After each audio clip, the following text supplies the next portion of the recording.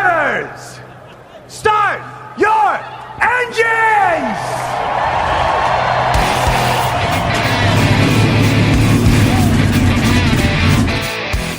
Hit the pace car! What for? Because you hit every other damn thing out there. I want you to be perfect.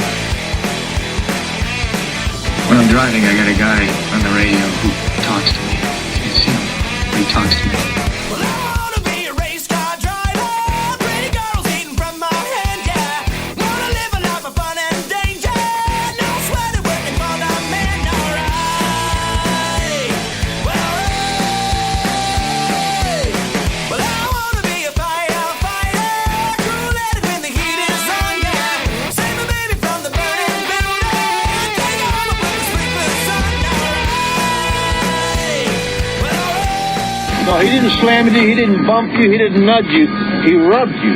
And rubbing, son, is racing. Hey race fans, welcome to the Whoobazoo Radio Network. Welcome to another edition of Drafting the Circuits. My name is Frank Santoroski. I'll be your host for the next hour or more as we break down this past weekend of racing and what an exciting weekend it was. Before we get into that, let me introduce you to the panel tonight. First and foremost, my buddy, Gray Warren. Gray, how are you this evening? I'm doing good. I'm thawed out now from this weekend. Thawed out from Martinsville, absolutely. It was miserable cold at the racetrack. So, yeah, Gray and I were both at the track, and it was miserable cold. But, man, heck of a race, though. So, and we'll talk about that just a bit. Richard Youden in the house as well. Richard, how are you? I'm very good. How are you? Excellent, excellent. Good to talk to you again. And Seth, you? Seth Eggert, Motorsports Tribune. Seth, how you doing? I'm doing good. All right, so Martinsville, interesting race. I dare say it was probably the most entertaining race NASCAR has put on this year, from start to finish. From start to finish, hard racing, and that's why I love the short tracks, and that's why the sport needs more short tracks. But we'll debate that and talk about it a little later. But first off, let's just run through the odd series of events that kind of transpired towards the end of the race there. So we've got Brad Keselowski in the Penske car. Really good run all day. Won the first stage handily. He trailed Kyle Busch most of stage 2. Is able to nip Kyle right there at the end of stage 2 and take a second stage win. And then in the waning laps of the stage 3, Brad's leading quite handily. Has a lead of about a second and a half. Less than 10 laps to go at this point. Right about then, his teammate Joey Logano makes a little contact with Kyle Busch, and suddenly Logano's got fender rubbing on the tire and a lot of smoke coming out of that the rear of the car as it's rubbing on the tire. Logano and his crew chief make the call to stay out rather than head down pit lane. Curiously enough, because Keselowski certainly did not need that yellow, but in short order, Logano loses that tire, loses the car, causes the yellow, sets up another restart. Keselowski takes the outside line, which is, in retrospect, maybe that was a bad idea, but Brad had been running that outside line all day and had been working well for him. On the restart, Brad's got Chase Elliott inside him. Chase kind of washes Brad up the track. Brad slides up high, drops back out of the top 5 as Denny Hamlin comes after Chase Elliott for the lead. Now, Denny puts his nose right in the back of Chase, spins him around, pushes him out of the way, lifts his rear tires off the track, and grabs the lead off of Chase. And this is the only time I've seen Denny Hamlin booed in the state of Virginia. Which gives us another caution, sets up another restart, where we see Kyle Busch get the better of Denny Hamlin on the restart. Or no, was it? You see that now? See, now I'm getting confused. I got some money. Kyle Busch was there to pick up the pieces after Hamlin tangled, and Hamlin went up high on the track, and then behind, Keselowski works his way back up to 4th place, and behind them, the rest of the field wrecks. The funniest thing I ever heard was MRN radio, which I was listening to on my headphones when they said, and this last crash involved, well, everybody. So, so Gray, you were there in turn 1. I was there in turn 2. Man, what's your take of this? Let's start with Logano staying out with that rubbing panel on the tire. What are your thoughts on that? Well, I mean, obviously, it was creating a lot of smoke, but there again, he was going to stay on the track, hopefully that another caution would come out and it wouldn't be him, and he would get down pit road and have the car serviced without losing a lap. It's not uncommon. You saw other cars throughout the course of the race having fenders kicked in on tires, not to the degree, obviously, that Logano's was kicked in on his, but you had guys stay out and with that, because I tell you, it's all about track position. You go to the pits at Martinsville, you're going to lose 2 laps. I mean, that's a given. Yeah, easily, yeah. Yeah, and Joey had run good. He'd run strong. He'd been one of the top 5 cars all day long, and he got into that brouhaha late in the race. But and Kyle got into him while he was trying to get under another car in front of him, and it was sort of a chain reaction that left his fender knocked in on the tire. So yeah, I can't blame him for staying out. I mean, hindsight's always 20/20. I heard a remark by his crew chief yesterday saying that he should have brought him in, but then again, staying out in the heat of the moment, in the heat of the battle, you do things you think will work. And I tell you, the way that racing was going, the last 100 laps was pretty. All 3 of the lead cars were within mere car lengths of one another, and as they tried to negotiate lap traffic, it made for some terrific racing. I thought the last 125 laps of it were terrific. A lot of action, a little bit of beating and banging. People scrambling to get through traffic, and it was a classic Martinsville race. The last, I guess you could say the last 150 laps or so of the race. Absolutely, yeah. I mean, there's some folks are saying that Joey should have went to pits to help his teammate out, who's got a shot at the championship.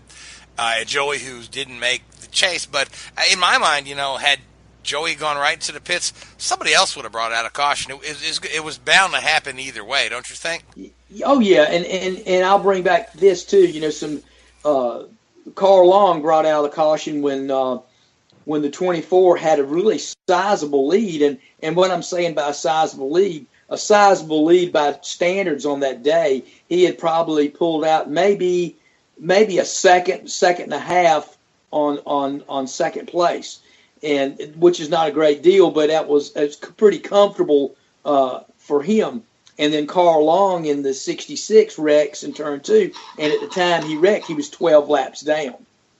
And that was the first of the problems that started, and started the demise of the 24. But like I said, Carl Long got just as much right to be out there racing as anyone else. So you did hear some people talk about that, but there again, that's a moot point. Absolutely. So let's talk about this Denny Hamlin thing a little bit. That seems to be the chatter on everybody's mind there. Denny's going for a championship. So is Chase. Somebody had put on social media, they ought to park Denny for 2 races because they parked Kenseth. I'm like, well, Kenseth was 4 laps down and took the leader out. This is Denny Hamlin thing is totally. I mean, Gray, what do you think, Denny? Thumbs up, Denny. Thumbs down, Denny. I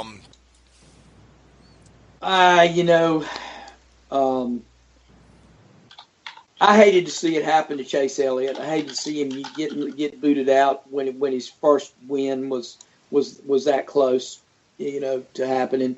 On the lap before, Chase had driven it in real hard on the inside of the 2 car and rooted him up the track out of the groove and up into the marbles, and proceeded to move on.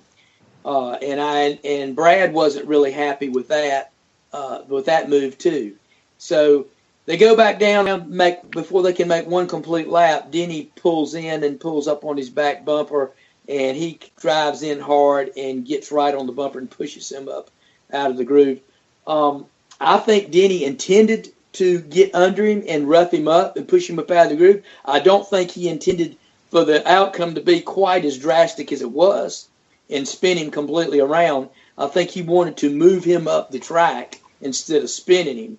And that brings out the competitiveness in these drivers, and I think it's a byproduct of the chase. You've got three races left to secure your spot in the final race to run for the championship. I think when that happens, the gloves come off, and the gentlemanly aspects of the sport go away. And like I said, I do believe Denny was trying to rough him up and get into him just like Chase had done the lap before to the 2 car.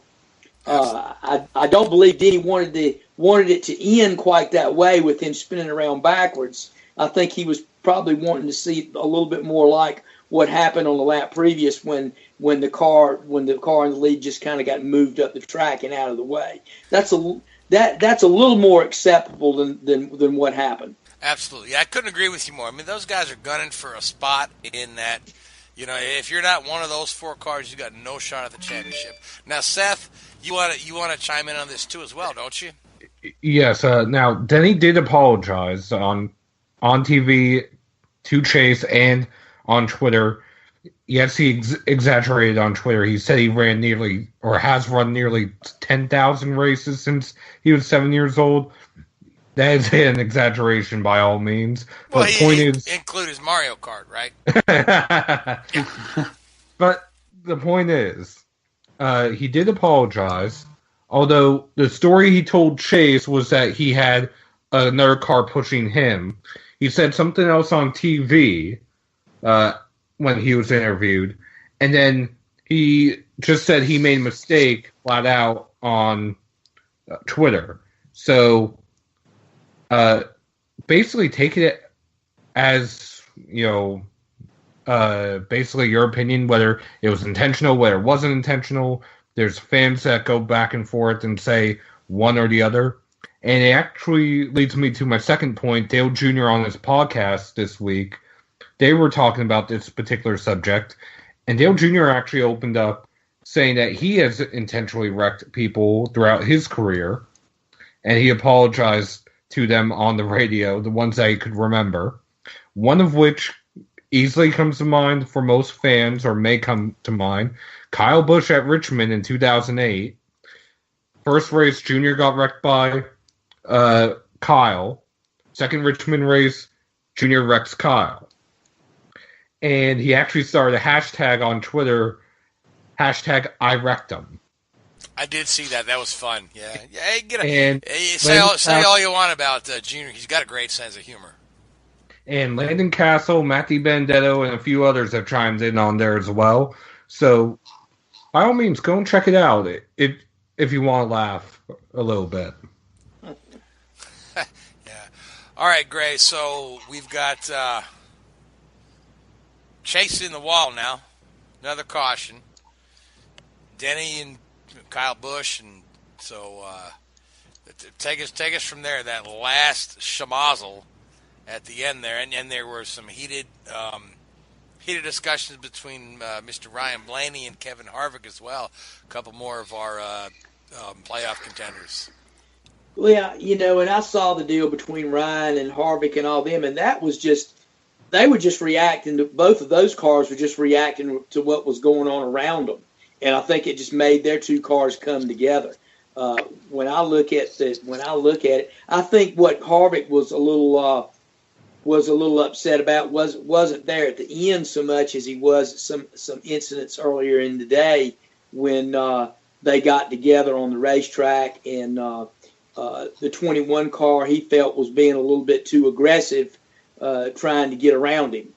Harvick had an okay day. He didn't have a car that was capable of winning, but he had a car that could easily, run in the top 10.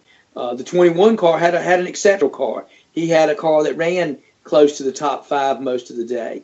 And I think that's what was Harvick was upset about. And then the two cars got together on that last lap deal. But I think that was more of a product of of the cars around them that just kind of led them two cars to collide. And I think that deal is that to me was much ado about nothing. But going back to the restart after the 11 and 24 incident, that put Denny Hamlin in the lead with a green-white checker, and Kyle Busch starting on the outside. And Kyle Busch, who had a good car most of the day, had a car capable of running in the top 5 all day. It got shuffled back and had a few issues during the day, but finds himself in second place starting on the outside. He got a really good restart, was able to close in on Denny, get inside of him and race him the last lap. Kind of rooted him up out of the way, and that allowed the 78 to get inside of the 18. And of course, it was a drag race back to the finish, and the 18 was able to hold off the 78 and grab second place. So it was an exciting, crazy, wacky finish at Martinsville, and the fans got their money's worth. The fans that were able to brave the cold weather and stay on, and got to see a really good race end under the lights for the first time in Martinsville history. Yes, the cars were spectacular under the lights. I mean, there's nothing like a good night race, you know. I just love the way the cars look under the lights. So, but yeah, pound for pound, I think this was one of the most exciting races NASCAR has put on this year, and with the playoff implications we have going in here. So we've got Kyle Busch, who is punched his ticket to Homestead, so he can kind of relax the next couple weekends. Not really relax, but he can kind of prepare for Homestead, and he doesn't really have to. He's not a must-win. Martin Truex, who finished second. Truex had a really good day at Martinsville. For a guy who's not known as a short track expert, there's never won on a short track. Second place at the end of the day. Truex, with his pile of stage wins and race wins over the year, he's probably fairly safe on points right there. Third in the points, I believe, is right now Keselowski, who had 2 stage wins at Martinsville and held on for 4th place after being shuffled back. And then we have a bunch of guys separated by just a few points, and then Chase Elliott, who was that close to being at the top of the order coming out of Martinsville, right back to the bottom, and he's in a must-win. So as we look at this thing, right, so there's 2 guys that are likely in, Truex, and Kyle for sure, and Chase is likely out unless he pulls off his first win at Texas and or Phoenix, which is certainly possible. The kids run well all year long. But all these guys in the middle are fighting over the last 2 spots. And I'm not sure that Brad's not in a bit of trouble, because he's going to a couple of tracks that aren't, to his liking. They're not his favorite tracks. Now, Seth, you've looked at this a lot, and Gray, you look at this a lot too. So, really, when we're looking at these last 2 spots, right, you think Brad's got a shot there? Or do you think he's fighting an uphill battle despite the 2 stage wins? I think he might be fighting an uphill battle, and it's mainly just because of where Team Penske has been this year as far as the intermediate tracks are concerned. Yes, Brad won Atlanta. He was leading Vegas until a mechanical problem, but after that, he has struggled at intermediate tracks. At Chicagoland and Kansas and Charlotte, he finished outside the top 10. So if he does that while the rest of his competitors finish inside the top 10, as they have for the bulk of the season, he is likely to fall out of the top 4, giving drivers like Harvick, Hamlin, Blaney, and even Chase Elliott a chance to climb back in. And Jimmy Johnson. And Jimmy Johnson. Don't forget, Jimmy Johnson has got Phoenix circle on his calendar. Well, you think he would have had Martinsville circuit on his calendar too, and he run very poorly there. Yeah, he was a disappointment. He sure was. You're right. Yeah, he tried to parlay some track position to try and finish good and get some stage points, and I believe he did.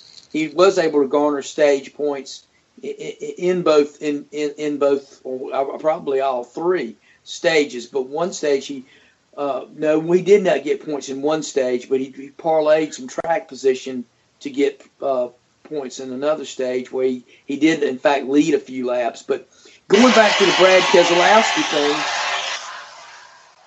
Going back to the Brad Keselowski. I don't know what that noise was. I don't know what that was sounding. I thought we were in the garage area.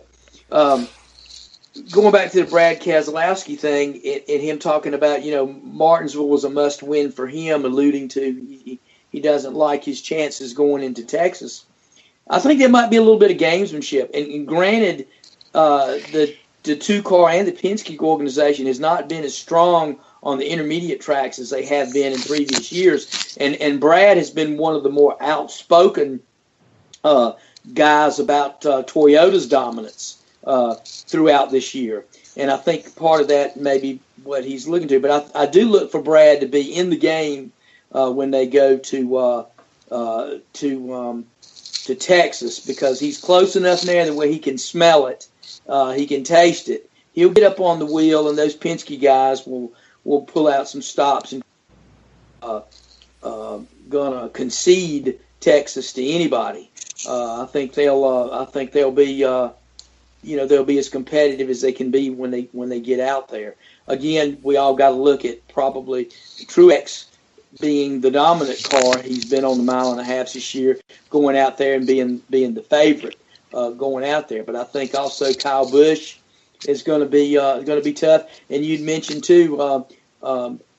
I think Chase Elliott and Ryan Blaney will also flex a little bit of muscle going out there. And then of course we got to look at Jimmy. But we always throw Jimmy in what he's done in the past. And yes, he has been strong in these chase races at Texas. But I tell you what, that team is just, there's a missing element there, and they have just not had the consistency that they've had. That they could surprise everybody and he could pull a rabbit out of his hat. But I tell you what, I would be surprised if he goes to Texas and races with any dominant fashion. Now, Richard, you've been feeling left out. So, what's your take on these last couple spots here? Because you've got Jimmy Johnson, Ryan Blaney, Denny Hamlin, Chase Elliott's still in there. Brad Harvick. You got a lot of good cars shooting for two spots there. When you look at this thing, who piques your interest? What do you think we're looking at? I think you've got to come in at the tech. I mean, if you go on form and how well they race at those tracks, I think you've got to look for Jimmy at Texas and probably Kevin Harvick at Phoenix. I know Harvick's not been on this great run that he was at Phoenix a few years ago, where he won almost 3 or 4 races there in a row. So it's going to be interesting. And as Harvick said, coming out of the back end of the Martinsville race, this is the time when guys are now starting to, flex the muscles a little bit. And I think probably more so than in recent years, it's getting really, really close now. And any of these 8 guys can progress through to, any of the 6 that are left over can take those final 2 spots with good runs. There's no real sort of lame ducks in there now. I mean, Chase Elliott and Ryan Blaney, some of the more experienced guys, maybe feel they can maybe bully those guys a little bit, as we saw a little bit at Martinsville with Denny's move there on Chase at the end of the race. But some of these guys are going to get pretty wide cars, especially at Phoenix. You can move somebody out of the way at Phoenix far easier than you can at Texas, I think. All right, now Seth, you've got a couple more points you'd like to make. Yes, there's some people who are not going to like what I'm about to say, but just remember, Denny Hamlin had an encumbered win earlier this year at Darlington, lost 5 points, playoff points as a result. Had he had those 5 playoff points, instead of being 8 points on to basically being out right now, he would be 3 points out. So that could be the difference for the championship 4. Oh, it sure could. Yeah, it's that close. Yeah, and that's why Denny was so aggressive to go after the win right there. And you can't blame these guys the way the system is set up. You know what I mean? Any other pre-chase year right now, Truex probably would have clinched. Yes. 2 races ago. But this is what NASCAR has set out to keep the interest in the series all the way to the final race, and I think it does a good job of that. Whether or not the old-time racing purists agree with it, and whether or not it's actually attracting new fans or not, but it is what it is. And I was sitting here watching Chase Elliott leading towards the end of the race, just thinking, wow, here's a guy who hasn't won all season, but if he wins this thing today, he's punched his ticket to the championship ahead of some guys that have done better. But it is what it is. You work to the system you're given. Exactly. And just one more final thought on this, just to put some stuff into perspective. Of the 8 that are left going for the championship, Ryan Blaney actually has the least lead lap finishes this year, 19. The rest of his competitors, it ranges from 24 to 26.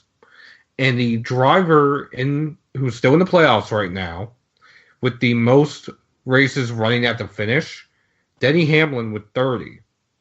The rest of his competitors, it ranges about 27, 28.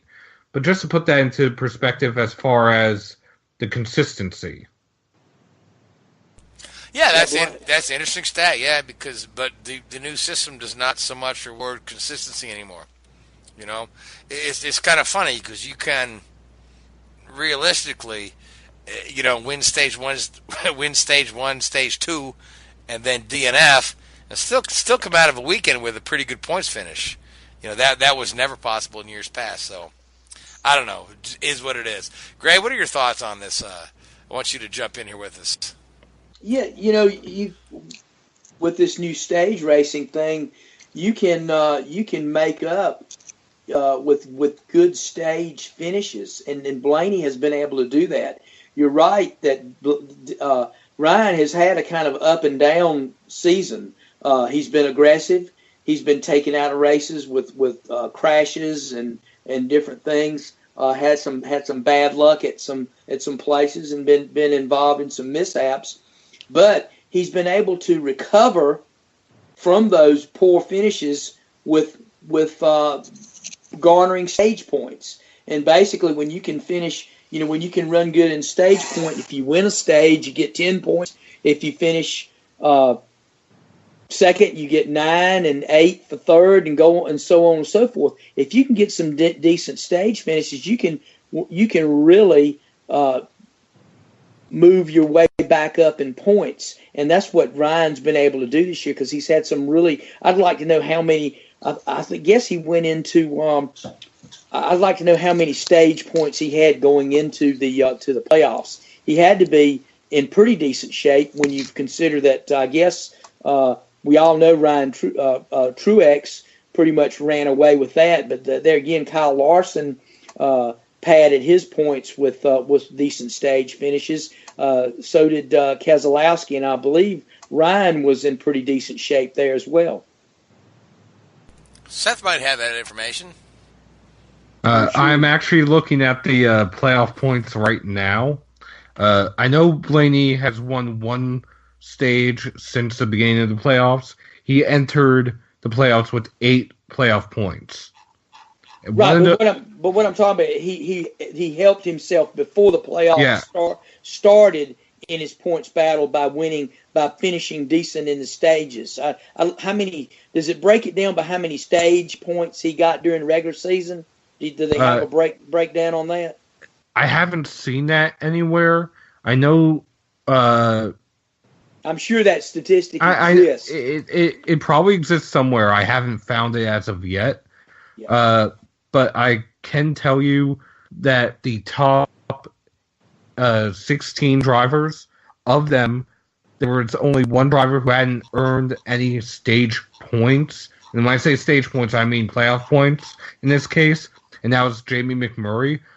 But of everyone in the playoffs, they had all earned enough stage points that it accounts for about roughly a quarter of the point total going into the playoffs. Mm-hmm.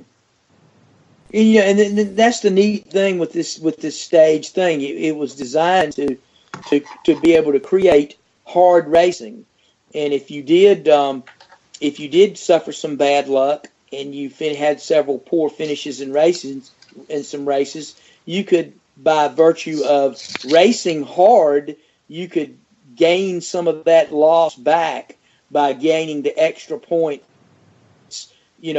that you got for racing in the stage. So I think that's one of the neat things that has come from the stage format that we've had this year. It has allowed drivers to regain lost ground, I should say, during the course of the season, and it just adds another element of strategy, and one more thing that we have to look at when we look at these races, and there again, it like Frank said, this system, it does reward consistency, because obviously the 78 has been probably the most consistent car of all, and obviously he's sitting pretty right now because of that. But this new system has allowed guys who have not been as consistent to get back in the game, so to speak, by being able to get some stage points and make up some of that lost ground. And one more note on Ryan Blaney, and this is just for fun. I don't know if any of y'all check out Bubba Wallace on Twitter, but Bubba dressed as Ryan Blaney for Halloween. So I don't know if you had a chance to see that, complete with the Ford Motorcraft hat, the gray hoodie, and the long hair, and some makeup, and a little bit of makeup. Yep. So that was fun. And also, just one thing about Bubba Wallace, because he brought him up. RPM has a sponsorship and paint scheme announcement this weekend at Texas for Bubba Wallace. Well, fantastic. I can't wait to see what it is. I'm really thrilled that young man is getting a ride with the King there, and I'm glad that they've got a sponsor to it now. We'll look forward to seeing what that is. So now Richard's asking if Smithfield is still on board. There's some arrangement, isn't there? They're a partner in the team. I think they probably realised that it's cheaper just to stick the name on the car for a few races than go through all the legals, haven't they?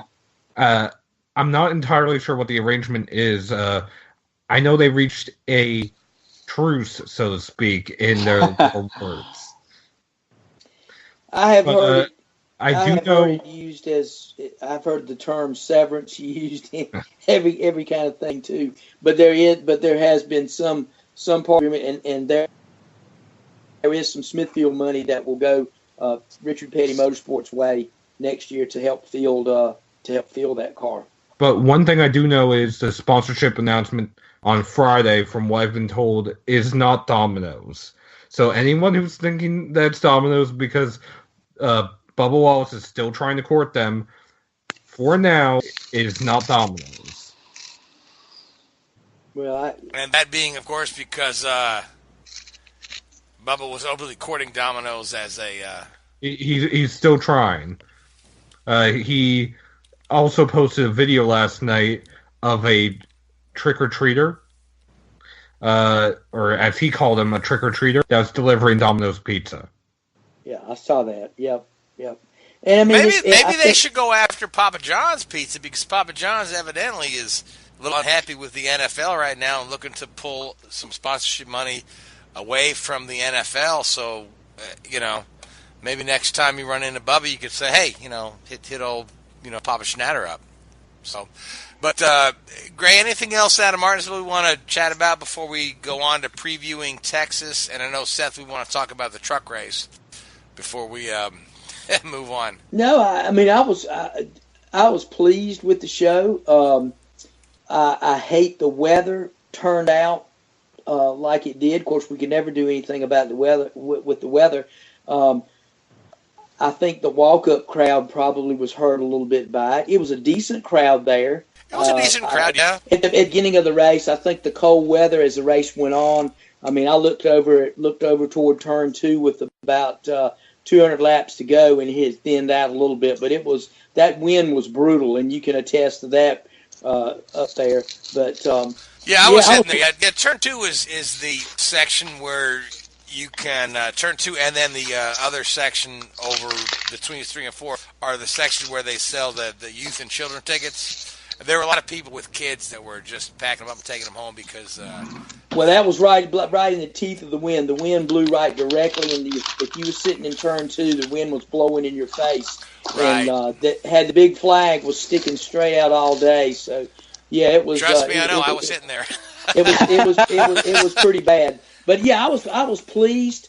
I thought it was a really good show, and I thought the fans got what they wanted.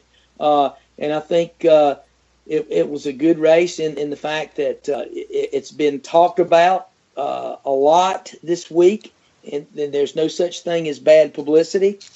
And NASCAR can use this. I think it was a very good race. I mean, it had a little bit of everything. It had good racing and a controversial finish. So I think everybody goes away winning. Absolutely. I couldn't agree more. Seth, you like the race? It was a good race. It was entertaining for sure. And Richard, you like the race? It had its moments, didn't it? It's I wonder how long they're going to Richard, sort of you're just hold on supposed to. Say yes. Oh, sorry. Yes. No, go ahead. I'm just picking on you because I like you, man. Go ahead. What you got? How long they're going to sort of hold on to the coattails of what Denny Hamlin did to Chase in the same way it did with Matt Kenseth and Joey Logano a couple of years ago. Oh, that'll be the selling point for the tickets in the spring. Yeah. Well, exactly. I don't think you'll see that. Yeah, I don't think is already doing it. I don't think you'll see any retribution. Is the master of. Eddie Gossage is calling Chase Elliott the people's champ. Yeah, but I honestly don't think you'll see any retribution at Texas. It's a different type of racing. The speeds are too fast, and you really can't do any close quarter racing there and get to roughing people up. I think, however, if there is grudges and surprises, you will see some close quarter racing and maybe some rooting and gouging and bumping and grinding at Phoenix. So we'll have to kind of look for a little bit of that out there. All right. Well, with that in mind, Seth, take us through the truck race real quick. Because we had a couple of interesting stories. We had a new winner in the series. So just a couple of minutes on the truck series, then we'll go ahead and make our picks for Texas. Noah Gragson won the truck race, driving for Kyle Busch Motorsports. It was his first career win, and he's from Las Vegas, Nevada. With everything that was going on in Vegas recently, it's nice to see that story pop up in NASCAR, having essentially Vegas winner sweep the weekend. But it was a very emotional win for him. He did his signature pull-ups on the catch fence. He climbed the catch fence and started doing pull-ups to celebrate. And then I guess he's never seen a grandfather clock before because he called it a granddaddy watch. I know he was being a little funny there, but he's only 18, so his age, he may not have seen it, but he was having a little fun with the names. You also had John Hunter Nemechek, who's in the playoffs, crash early, putting him behind the 8 ball with 2 races left in the playoffs before their championship 4. And another story that popped up, more so in qualifying and in the first half of the race, 17-year-old Mason Diaz, running for his own team, he ran the late model race at Martinsville a couple weeks ago, made his Truck Series debut, qualified 9th, out-qualifying Matt Crafton, out-qualifying John Hunter Nemechek, and a few other notable drivers. He ran well until he cut a tire about 2/3 of the way into the race and ended up 2 laps down in like 23rd. But he was battling inside the top 10 and at one point inside the top 5. And no one had really heard of the kid, at least in some senses. Yes, he's run late models. Yes, he's been there in late models. But there are some people who only pay attention to the top 3 levels of the sport that had not heard of this kid, and he was very impressive throughout the race. Ran a clean race, ended up 3 wide with 2 other rookies at one point, Austin Cindric and Kaz Grala, and they kept it off each other. So it was just an impressive run by the kid. Well, good for him, man. So good truck race. Xfinity had the weekend off, correct? Correct. And Xfinity's back at Texas. All 3 series. All 3 series, it's triple headers the rest of the season. All right, so we're heading to Texas. 2 playoff, or 3 playoff spots up for grabs, essentially. If you to figure Truex is going to clinch or not. So, who do you guys like for Texas? Who wants to go first, Richard? Since we've been leaving you out. One comment, come on. No, Jimmy Johnson. I've said that for the last 3 weeks, but he does seem to like to turn it on at Texas. So we'll give it a go. All right, Gray. Who do you like going into Texas?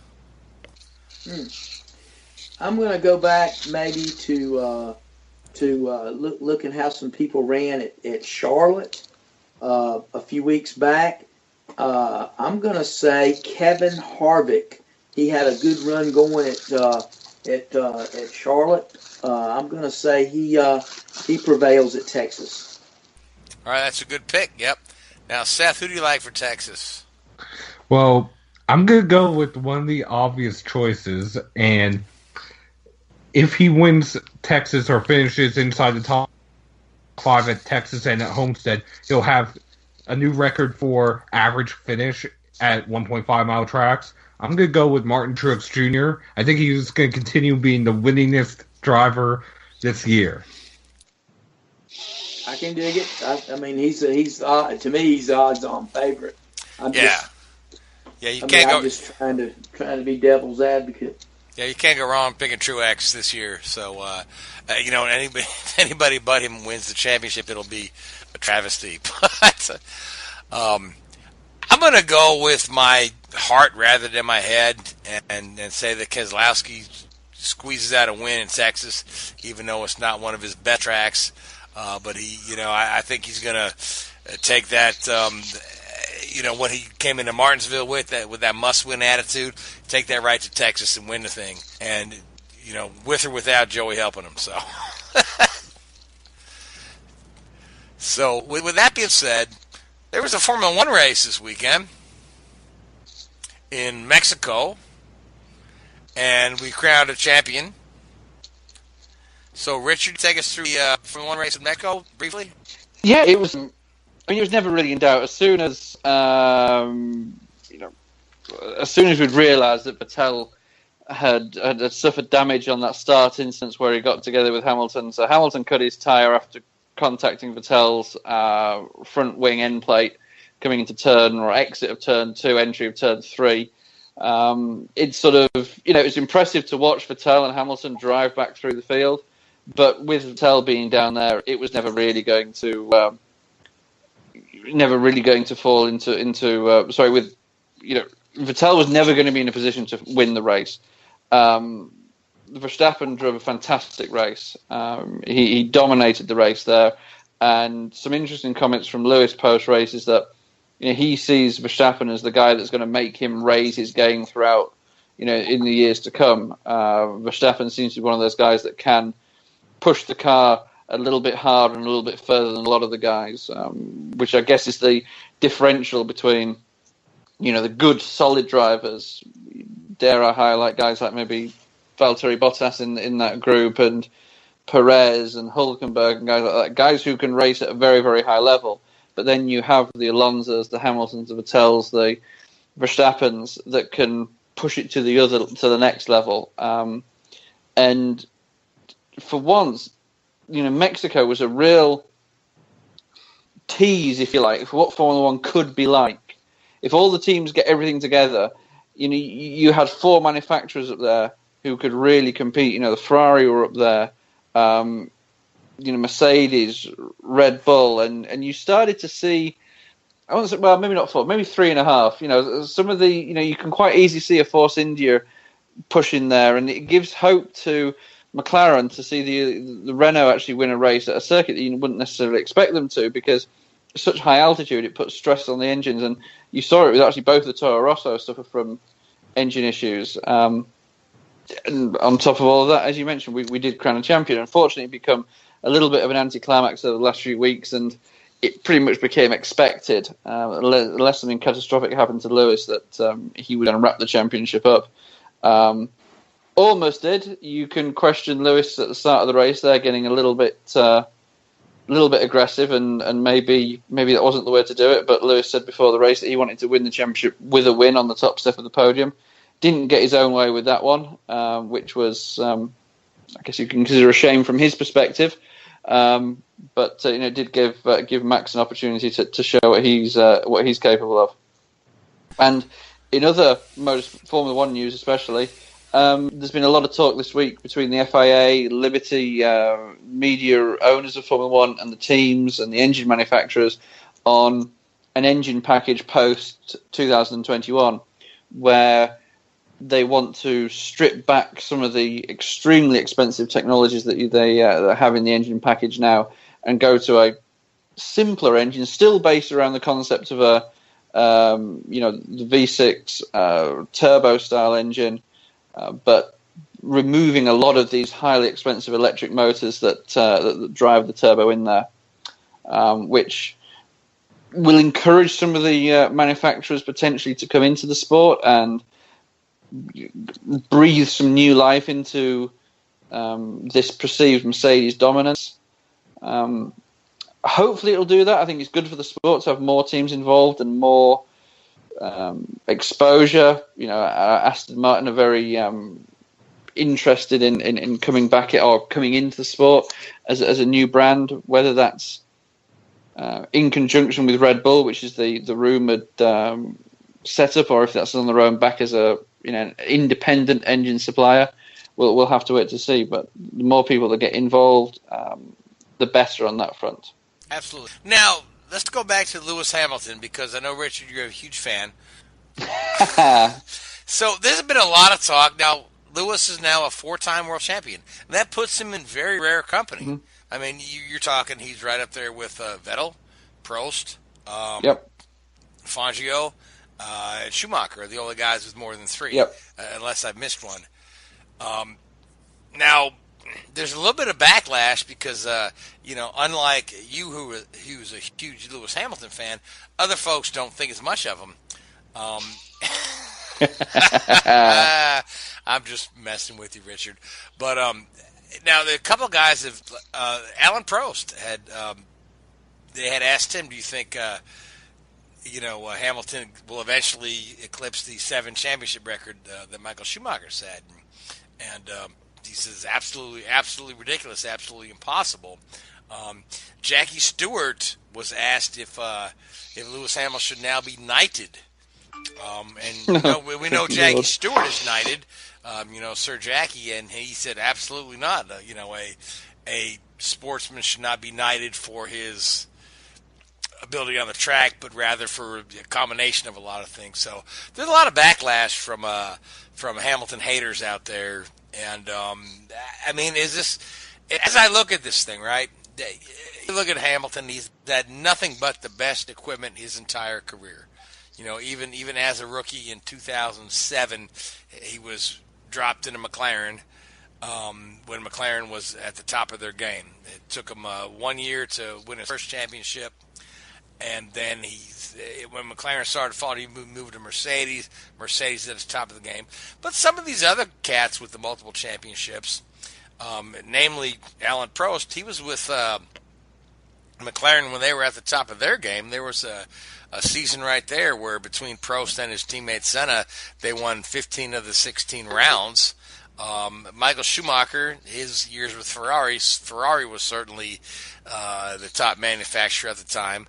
I think a lot of these other, and Vettel, Red Bull was the class of the field at the time. So, is it unfair to say Lewis's record is tarnished because he's with the best team? That's a very good question. I don't think that tarnishes his record, because to 90% of motor racing fans, they really don't care. It's the die-hard motor racing fans, like you and I and the listeners to the show. They're the people that will look at not just look at pure numbers. They'll look at the takeaway of where he was at what time he was at in his career. You can argue, and many people will, that of the current generation, people will put Alonso on the same level as Vettel and Hamilton. Alonso only has two world championships to his name. The difference there is Alonso seems to have had the habit of making the wrong move at the wrong time. Jumping to McLaren and all the mess there, and then jumping to Ferrari at the worst time. And now as Ferrari seems to have raised their game, he's jumping to McLaren and they're on the slide. So it's a very... there is a lot to be said about how a driver can build a team around him. The prime example in recent history, of course, is the way Schumacher turned Ferrari around in the early 2000s there, having not won a championship in 21 years to win 5 in a row under the technical leadership of Ross Brawn and Rory Byrne and guys like that, and obviously Schumacher as the driver there. He was the catalyst, if you like, that brought everybody together. Has Hamilton had such an influence on Mercedes? I don't think so. I think it's just the way it's happened to work for him. Obviously, his talent has enabled him to be attracted to these teams. I mean, Mercedes wouldn't have picked him if he wasn't a phenomenal talent. But I think for him to be a true great and people to really get on board with him, and as Jackie Stewart said, to be considered for a British national, the ultimate recognition to be knighted, it's more about what you do outside of your designated sport.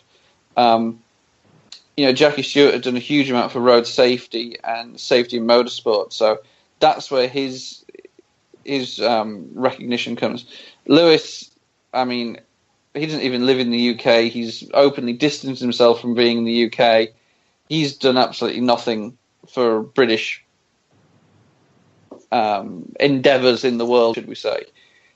He's almost become a laughingstock of the press and the media back in the UK. So I think he'll have to. It's sad when you say that a guy who's in his early 30s, I think he's 31, 32 now, needs to mature before he's considered a true great. But I think he does need to take a little bit of responsibility for who he is, how he carries himself, and how he acts to really sort of raise himself to the level of a Prost or a Fangio or a Schumacher or even guys who haven't won as many championships. The likes of Jim Clark and Senna and people in that sort of sentence, for want of a better word. That's excellent insight, Richard. Go ahead, Gray. Well, I was going to say, and to endear himself to his countrymen, because he's following the footsteps of the great Jim Clark and Jackie Stewart, and he's with all his accolades that he's won, he's still not revered, as those two are, and I think what Richard just summed it up. You look at I look at somebody like James Hunt, who was the archetypal British playboy, for want of a better word. He had a woman on each arm, and he drank, and he knew how to enjoy himself, and that's the sort of icon that the British people really get behind. And Lewis at times just comes across as being very petulant and very, and some of the things he says, it's so frustrating, because there's no doubt that he is an extremely talented driver, and some of it you just think you almost would and this isn't being disrespectful to any other sports, but you could see him as a basketball player or an NFL player or a soccer player back in the UK. You know, it's just you wouldn't let your kids anywhere near him, would you? If you had a daughter and she said, I'm going on a date with Lewis Hamilton, you would run a mile. Yeah. You know. That's funny. Yeah. Well, yeah, do you think like, Lewis is a product of his time? You know what I mean? No, I don't. Okay. I really don't, because look at his peers. You look at the likes of Vettel. You know, you don't know anything about Vettel's personal life. You know, you look at Schumacher. He was controversial on the track at times, but off the track, there was never any news about him really. Yeah, he was kind of obscure. I mean, we talked about Schumacher would come to the United States and ride his motorcycles, and he would take these treks across the United States and go here, there, and he liked the anonymity to be able to go anywhere he wanted to in the United States and just be one of the people and come and not being mobbed by fans like he would be over in Europe or other places in the world. Yeah, I mean, there's a story that's infamous within in the walls of Formula One teams. Now, whether there's any truth in this, please don't take this as gospel. But there's a rumor that when Lewis Hamilton was dating Nicole Scherzinger, who was one of the Pussycat Dolls or whatever it was, but that's the first time they've been mentioned on this show. He was asked in an interview by a lifestyle magazine, "What's it like dating a celebrity?" And he stormed out of the interview. And they because he was a celebrity. He's the celebrity, yeah. Right. He stormed out of the interview, and they split up pretty soon after that because he didn't like the thought that he wasn't the celebrity, and that he's yeah. He wasn't going to play second fiddle or back seat to anyone. Yeah. Nope. And that sums him up a lot in my book, and that's where he needs to work on and engage with the fans and make them want to like him, because at the moment he's really struggling. Yeah, do you think? I mean, it's going to be one of those things where when we look back, 10, 15 years from now, and we look back on his career, do you think his public perception, if he does, it will soften some, and people will give him credit for actually what he did accomplish? I don't know. I mean, you look at some of the guys we were mentioning there earlier in the same sort of league. The guys that have retired now. You look at Prost, and everybody considers the professor, the calculated driver. If he was exact opposite to Lewis. If he had to finish fifth in the race to finish to win the world championship, he would finish fifth, no risk. You look at Senna. He was the flamboyant Brazilian who would take every risk going and push the car to the limit. Schumacher was like the clinical driver who would push the rules to the limit to get what he wanted and would stop at nothing, in a similar way to Senna, but not as in such a natural talent way of Senna. And you struggle to think of how people will remember Hamilton. What has he done? What sets him aside from everybody else, apart from being in a dominant car? What does he have about his personality that will link him? Because in 20 years' time, all of his race wins and pole positions and championships and everything else that goes with it are just numbers. It's the personalities which tend to, I think, last longer in people's minds.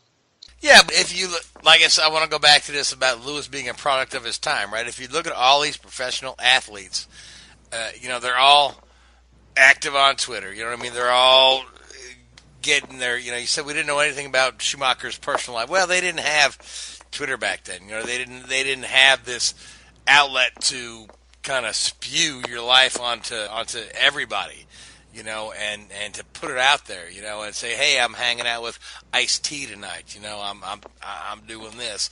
And I think he's trying to, I don't know if he's trying to, he's trying to connect with that type of audience that eats that stuff up. which you find a lot of people eat that celebrity up, and he's just it's in the States at least it doesn't fly because he's not well known.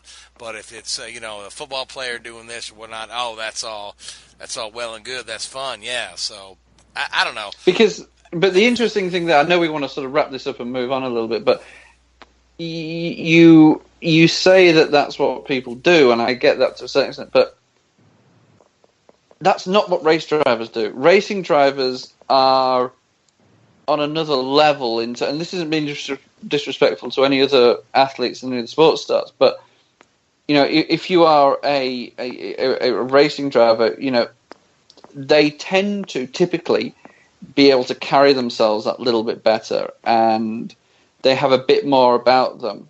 And I think Lewis he's lost his way a little bit. He's trying to be somebody that he isn't. He wants to, he's trying to be, essentially, I think that's the best way to describe it, to my mind. He's trying to be somebody that he isn't. And I think he's running a risk there of distancing himself from the fans and his legacy going forward. So let me throw this out. Is Lewis setting the mold for future world champions? No. I mean, is Lance Stroll going to act like this in 5 years? After he wins his 3 titles with Williams. Steady now. I don't think he is. I really don't think it is. I like Lewis Hamilton as much as you do. I mean, I think you look at some of his peers. You look at the guys like Vettel and Alonso, and everybody knows Kimi is a bit, he likes a drink, but that almost endears people to him. You look at the people he's driving with now, and none of them create as many pages in the gossip columns as Hamilton does. And unfortunately, Hamilton's living by the value of, even bad press is good press. Well, no, not really. At some point, it is, bad press is bad press. I don't mean to interrupt you, but talking about that, and I look at how Alonso was received at Indy this year. I mean, by fans worldwide, how he came in, he was humble. He just the whole experience. He flourished in it. I mean, and really made. I think Alonso made fans throughout the world, especially in the United States, of how he came into Indy. He didn't come in boasting. He came in with a very workmanlike attitude, very appreciative of the opportunity that he was getting, and he made the most of it. And I thought was very gracious and very humble in how he handled it. And I tell you what, it was amazing. And I mean, I went away with an altogether new appreciation of Fernando Alonso and became a fan. I mean, I was already a fan of his ability, but just so much more of Alonso the man, after seeing how he handled himself at Indy during the month of May. And it left me wanting more. I would love to see him come back over and jump into IndyCar. I think it'd be so refreshing with his personality, in the sport. And he'll be at Daytona in February, and I think you'll see Rolex 24, yeah. And I think it'll be a big story, and you'll see the same thing when he's in Daytona in February. And then to the flip side of that, the way that Alonso engaged with Indy, he sort of absorbed the experience, and he went in there fully committed, and he did all of his background. He appreciated the history of the race. At the same time as Alonso doing that, you had Hamilton saying, "Oh well, all they do is turn left. How hard can it be?"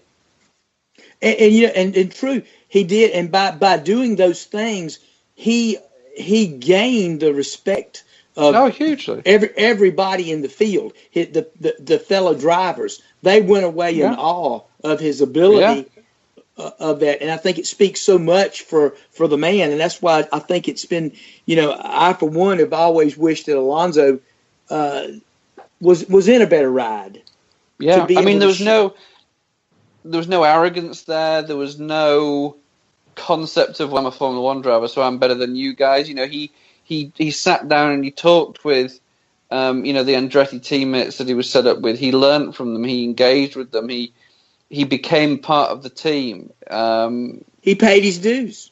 Exactly, and huge amount of respect there. And he's never done it, so I can't speak. But in all honesty, can you sit there and think that Hamilton in the same situation would have acted in the same way? He probably rubbed a lot of people the wrong way. Exactly. Well, he rubbed a lot of people the wrong way sitting on the sidelines trashing IndyCar drivers while Alonso was over there. So, yeah, exactly. You know what I mean? So, yeah. And don't think that will be forgotten should Lewis ever get the opportunity to come over and do this. And I don't know that he will. I don't know that he will either. The funny thing is the Indianapolis style racing scares the fire out of a lot of drivers from both Formula One and NASCAR. You got a lot of NASCAR guys that are, and I'll mention Jimmy Johnson said, yeah, I'd have done it before I had kids. They're just those speeds and that trajectory of the car and the element of danger that's still there, because we've had the most two recent high profile racing deaths in racing have come in Indy cars. Because Dan Weldon. So so you got guys that just won't touch it, and I think Lewis is going to be one of those. And I think that hats off to Alonso for coming over and giving it an honest run. So, Gray, I know you've got to step away and get out of here. So I want to say goodnight to Gray and appreciate your insights tonight. Good night, guys. Talk to you next week. All right, thanks, Gray. So Formula One, we've got a couple weeks off, or 1 week off, and then we're to Brazil. Yep. We've got Brazil, and then we've got then the season ender is Abu Dhabi. Abu Dhabi, yeah. So with the championship already decided, so that'll be that for the Formula One season. In IndyCar news, Joseph Newgarden decided he's going to go ahead and take that number one on his Penske car next year. Following Simon Pagenaud last year took the number one. Will Power took the number one. We had a good discussion about this earlier off the air, so we'll bring it again. The number one, it's proper, as Richard said, right?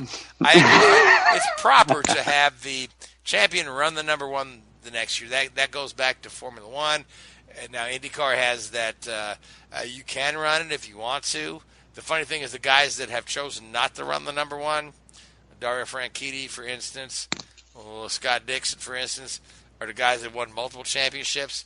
The guys that choose to run the number one, a couple more recent champions, Will Power ran the one, Pagenaud ran the one, Newgarden's going to run the one. Are we going to see multiple championships out of these guys? Is the number one bad luck or no? Richard? I'm not a big believer in good luck or bad luck when it comes to motor racing, especially over the course of a long season like these guys race. You go out there, you win the championship. Again, I think it's the proper and right thing to do. I think it shows respect to the heritage of the sport, and go out there and show that you're more in tune with the history of the sport than you are with the marketing aspect of it. Well, there you go. Seth, final thought for the night as we head on to the next weekend of racing.